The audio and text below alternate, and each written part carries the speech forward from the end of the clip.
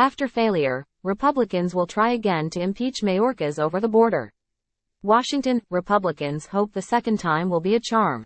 Exactly a week after failing to impeach Homeland Security Secretary Alejandro Mayorkas over his handling of the border, House Republicans will try again Tuesday to send articles of impeachment across the Capitol to the Democratic-led Senate. They have zero room for error. Last week, a trio of skeptical Republicans, Reps.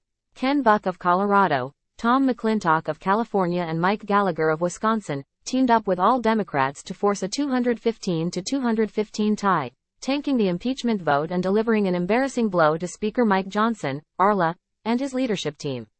As he faced blowback from his party, Gallagher said over the weekend he will not seek re-election this fall.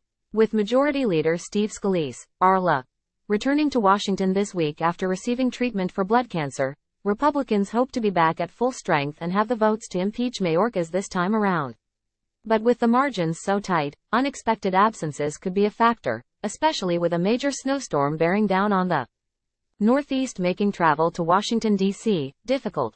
The GOP also wants to regroup and push forward now because of the potential impact of Tuesday's special election to replace George Santos, the expelled former New York Republican congressman.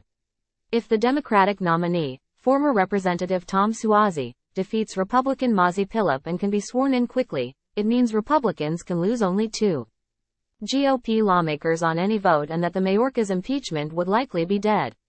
If Tuesday's vote is successful, Mayorkas would become just the second cabinet secretary in U.S. history to be impeached, and the first in nearly 150 years. The vote comes in the wake of the collapse of a rare bipartisan Senate deal that would have imposed tougher asylum and border policies.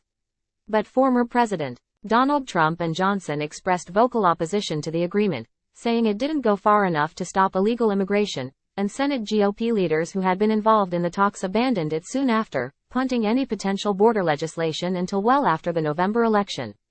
During an appearance on NBC's Meet the Press on Sunday, Mayorkas dismissed the impeachment articles as baseless allegations, and rejected the idea that he bears responsibility for the overwhelming number of migrants illegally crossing the southern border.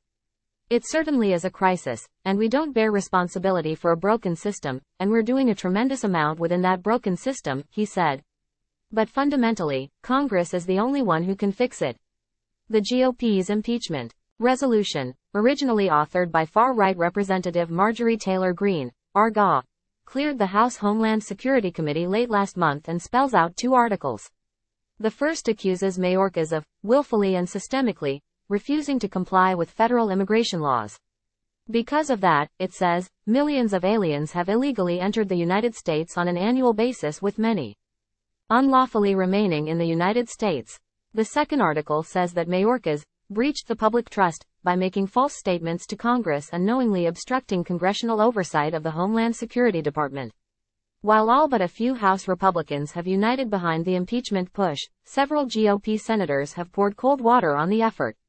It's almost certain that Mayorkas would be acquitted by the Senate, given that 2/3, or 67 senators, would be needed to convict and remove the secretary, whose Democratic Party controls the Senate.